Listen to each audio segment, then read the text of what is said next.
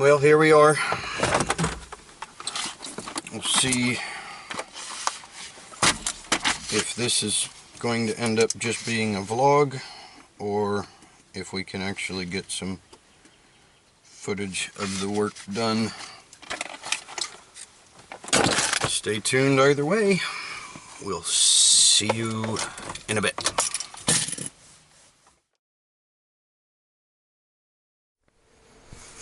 Okay, so we got all the thermostats set up to run temperature off of the wall control rather than the condenser.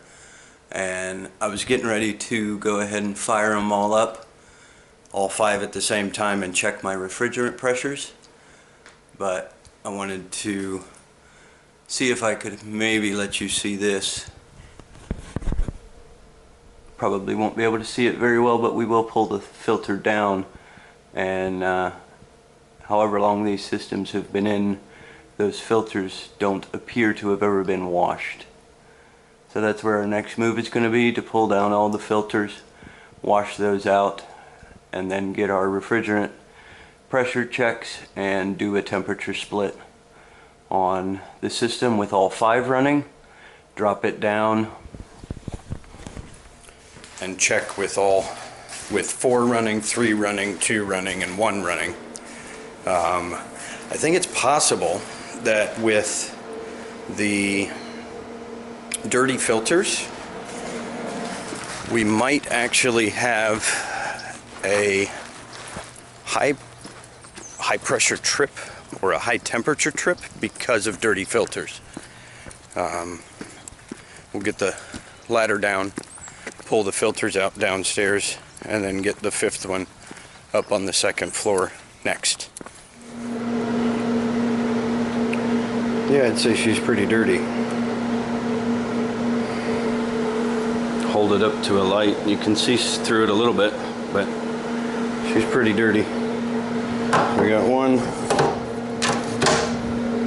2,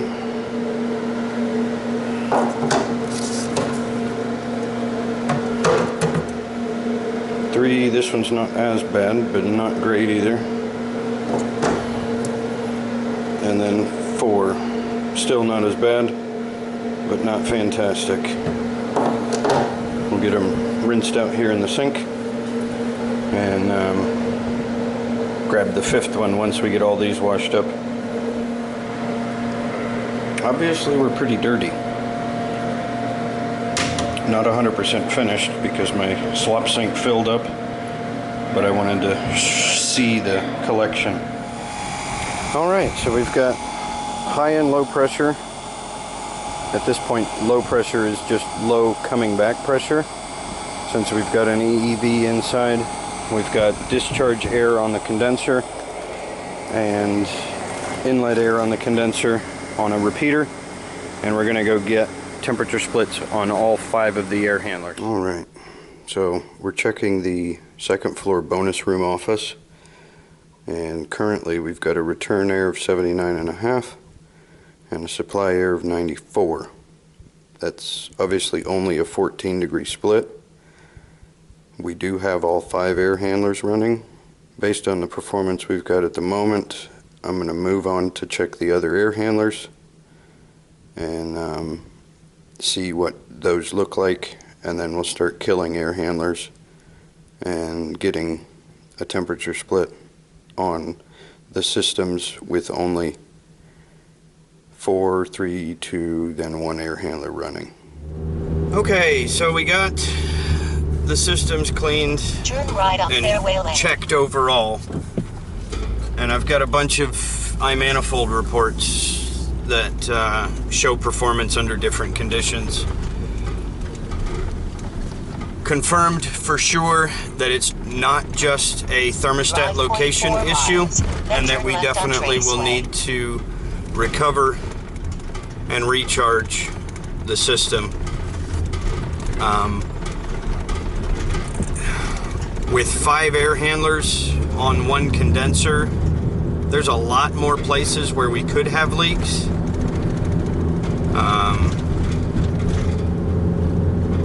So we're waiting until we recover everything before we are really actually sure whether we've got a leak, or simply the 11.5 pounds may not be sufficient. If we don't recover 11.5 pounds, we know we have a leak. If we recover 11.5 pounds, then we know 11.5 pounds is not enough. But that's not going to happen today. We've got 2 more service calls in Raleigh, so I am headed that direction now. I guess it's turn left on Traceway. Rental property company or property management company.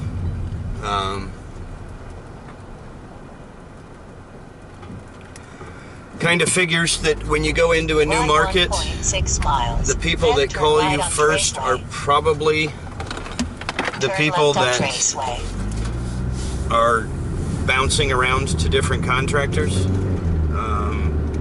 Sometimes it's the customer that requires the bounce around because they simply can't be pleased. Other times, obviously, it's possible that the contractors they've been dealing with are unable to resolve the issues. So it'll be interesting to see how this goes. I don't know what the count is, but I ran the first official Raleigh service call 1.4 miles. Then turn back right on the Traceway. rooftop that I changed the thermostat on. And as far as I'm aware, this would be number 2 and 3, but I was in San Francisco for a couple of days, and that may have meant that somebody else ran the official number 2 and number 3 service calls for Raleigh. But anyway, that's where we're headed, and we'll catch up when we get there. We have arrived. Let's go see what we're dealing with here. So we've got dirty filters, and on the return only, we're running almost 0.4. On the supply, we're 0.13, which gives us a total of 5.4, half an inch of static. If we come over to the static pressure table, we've got a 2.5 ton air handler on half an inch of static. Low speed would be 680, medium speed would be 855, and high speed is 1.5 tons, or 2.5 tons, 1,015 CFM. Okay, so we pulled the dirty filters out and confirmed blower speed on low, and we're running 0.33 inches of static. If we come back over to our airflow table and we look at a 2.5 ton on 0.3 low speed, we're at 780 CFM in heating. Okay, so when I put I put the fuse back in, I forgot to tell you we had a blown fuse. Put the fuse back in, blower came on, electric heat came on, but heat pump is not running, and there is no voltage to bring on the contactor. None here at the air handler, so our thermostat is not sending back voltage, apparently. Okay, so I didn't put together as much video as you guys probably like, but the general rundown was that we had a blown low voltage fuse, we had a weak blower capacitor, a weak dual run capacitor, a buzzing contactor, and a thermostat that would not operate the heat pump. It only brought on auxiliary heat. The situation is that the person that is in the house is not responsible for it quite yet. She did just buy it, but the real estate company is responsible for it since she just bought the house. So we will follow up on that list of recommendations. We did put a new fuse in it so that she can run on electric heat if she needs to. She's not Please living drive in to the house highlighted yet, route. but obviously when you buy a house you want it to work properly. But on our next one, it's a vacant property and just says diagnose. Email any repair costs and invoice. So I guess we'll head over that way and see what we find. Here we are. Let's go see what we got.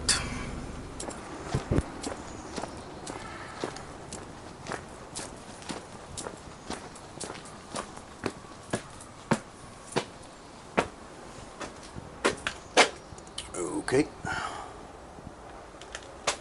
So they said we had a lockbox here somewhere. I guess now we got to figure out where it is. I don't see it around the front door. I don't see it over here. I don't know where else it would be. So I guess I'm going to call the contact number and see where that lockbox may be located. So we found the lockbox and it's just on the crawl space. I guess I'm going to see what I can diagnose without access to the thermostat, and we get to go in there.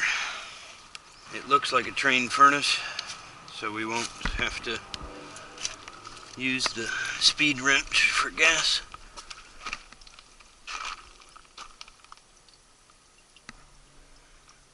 We should have a small Allen wrench. Got water running.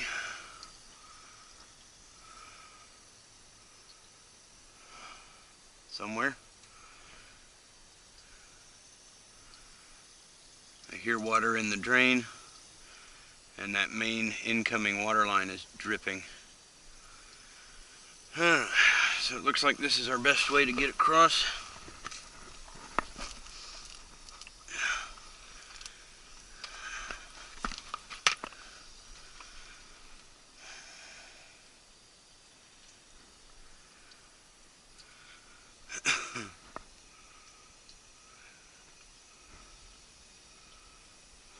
Let's see if that light works. Oh, bingo.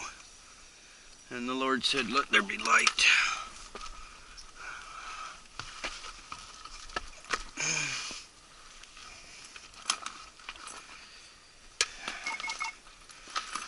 Okay.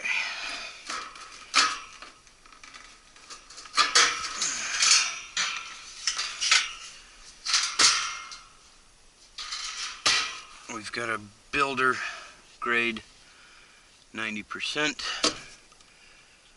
The model on the door says XB90, so it's a builder grade 90%.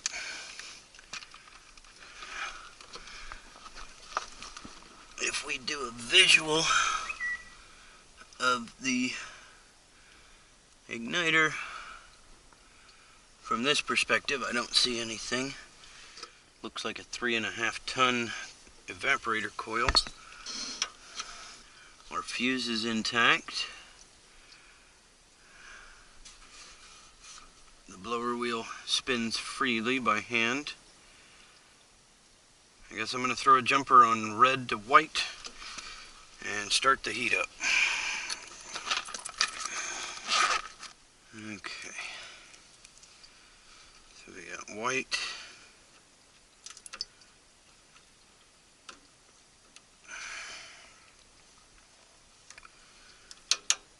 And red.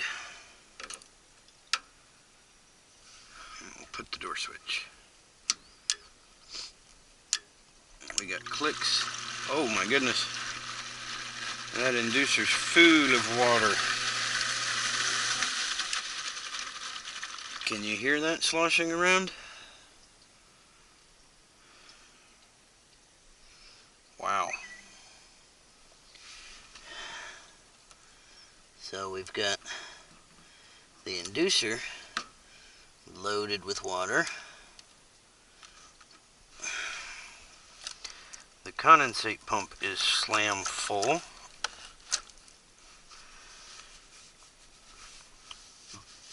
But we don't have any water here. Let's see what happens when we pull this. With as full as it is, we should be dumping water like crazy. So I guess we're gonna have to peel this off and see what we've got inside the inducer itself. Lots of water, and that hose is plugged, or at least this elbow fitting is plugged.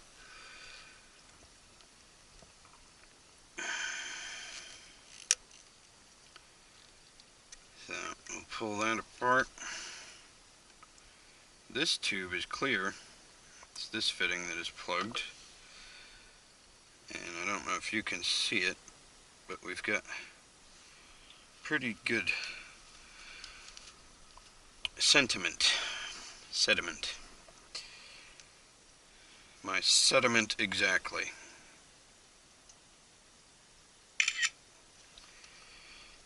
So that should be our water problem. Trusty thermostat screwdriver.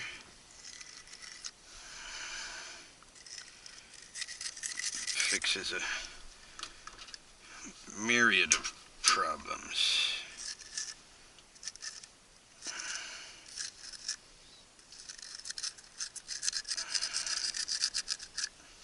I think we're clear. So we will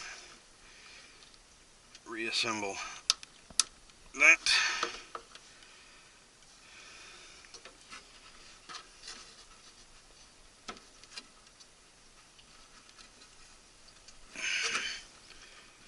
And then reassemble this and that. Go ahead and take this off.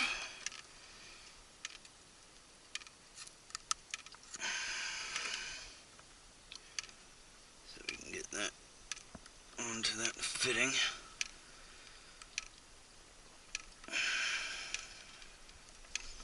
Maybe.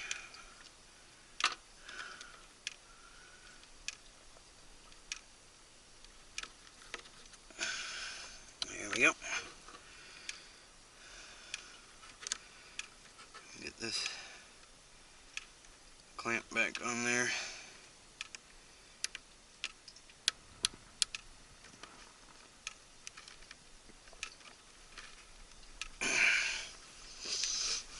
And then since this is not a problem, we'll get that back in. And we'll try this again.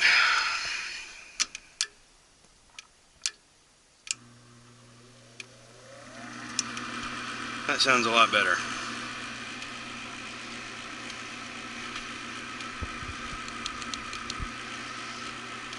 We've got the igniter glowing.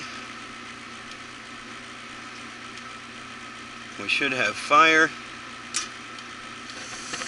There goes fire.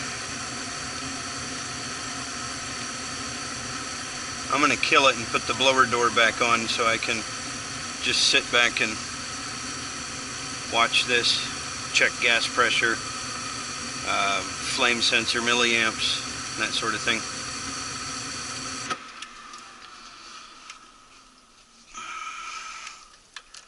Got cooling on high, heat on what I'm pretty sure is medium high.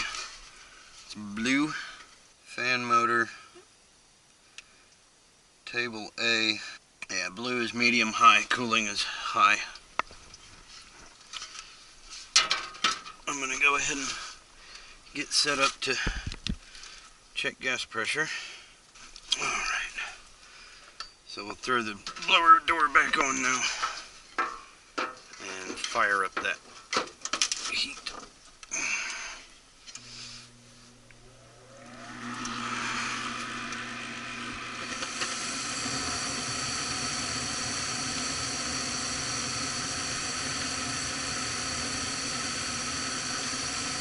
Okay, we're at 3.5 inches. I'm going to check milliamps on the flame sensor. Obviously they're good enough at the moment, or it wouldn't be running. 2.5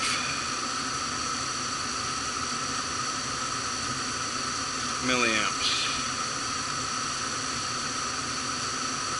Definitely could use a cleaning. We could probably get a little bit better milliamp reading out of that. But for these purposes, that's fine. Check amps on the inducer. Running 1.4 amps right now. And the motor is probably rated, yeah, 1.35. Since my meter doesn't read a tenths, we're probably right there. Or a hundredths. We're probably fine. Alright. I'm going to let it run while I go grab my 320 and my iConnect so I can check my temperature split and my combustion. While I'm at it, I'm going to check the clock the meter also. So we're going to clock the meter. We're going to set this for the heat content in this area. We're going to read the half-foot dial, and we're going to start on the bottom. Input BTUs is 77,471. That's a small 3.5 ton furnace. I haven't looked at that model number yet, but 80,000 BTU or 75,000 BTU, 3.5 ton or 4 ton blower. That's unusual. So we've been running for a few minutes, and we're not doing too bad really. We got 9.7% oxygen, 6.28 CO2, and a 76.8 excess air. We're at 110, almost 111, there we are, 111, stack temperature. So we could get that a little bit higher. We could get our oxygen down a little bit and our excess air down a little bit. But I wanted to give the system a chance to run and pull its own weight for a minute. I went ahead and duplicated the meter clock as close as I could on my iPad, since that's what's tied into the iConnect at this point. And we got 76,791 BTU input. We're going to send that to the airflow test, and we are 90%, which gives us an output of 69,000 BTUs. And based on the current temperature split, it looks like I need to double check my return and supply. So we'll go back and go to wireless. Oh, I haven't connected yet. Dear. Turn it on and don't do anything with it. Nobody said I was a smart person. We're just going to confirm that we've got our temperature probes online before we try this again. Go to quick tests, furnace tests, clock gas meter. We've got a 1011 gas content, and we're going to try to get it at about 23.5 seconds. 23.4. Ooh. If I was any better, I'd be good. Sends to airflow test. We are 90%. Capture active data. And it says that we're running 1200 CFM at the current performance. We're going to submit that to user inputs, and I'm going to see if I can find my model and serial number on this furnace. So I forgot that this wasn't a maintenance, and all I was supposed to do was figure out why it wasn't heating before. So I figured it out, and my consensus is that she needs a maintenance, and at that time we can make adjustments. But at the moment, system is running. Needs a new condensation pump and some minor adjustment on the gas performance. I can pretty much tell you that they're going to say thank you, no thank you. And we might put in a condensate pump. But the system is capable of running now, and I have done what I came to do. We'll make sure that the gas tap is back. We took our jumper off, plugged the gas, and we checked her out. I guess before I leave, I should go ahead and check that capacitor. Since the system is off at the moment, we'll just check it the old-fashioned way. And the old-fashioned way says we're 9.9, and I can't read the number on it. It is a 10. 9.9 out of 10. We're good to go. We will put everything back together, and I think we get to go home now. Okay. I'm done on this one. We'll turn in our recommendations for complete maintenance and a new condensation pump and see what they say. But we are back up and running.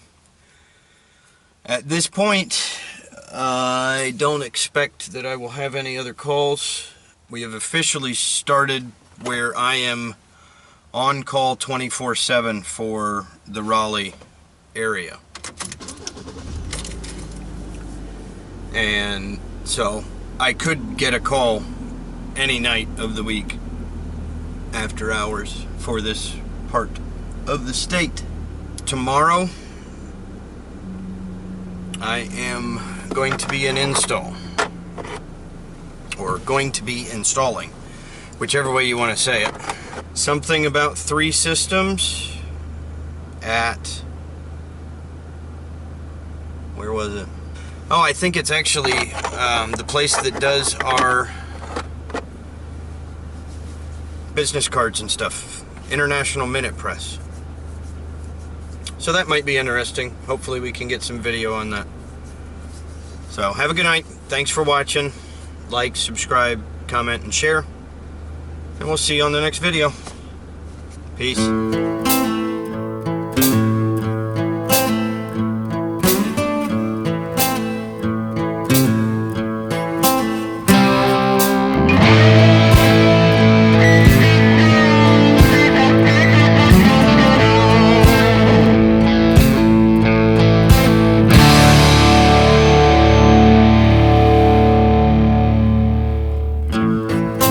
Blind man, I see you walking